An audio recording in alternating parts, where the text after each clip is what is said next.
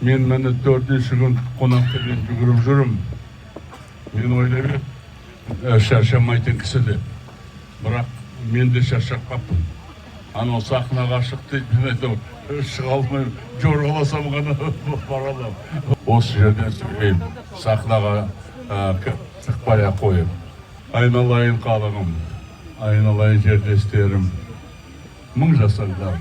35 жылдың ішінде мен халқымды кірлібеттей түгілі үстіне бір тамыш ағызбадым. Өзімді ұстау білдім, жүргенде дұрыс жүрдім. Айналайын халығым, көп жасай беріңіздер.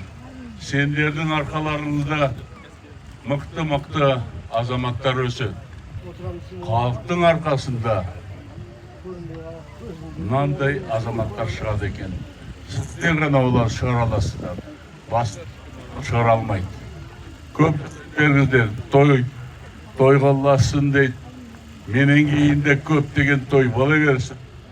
Шамаңыздар, анда-санда көңілді көтеру үшін осындай жиылысқа жиналу керек.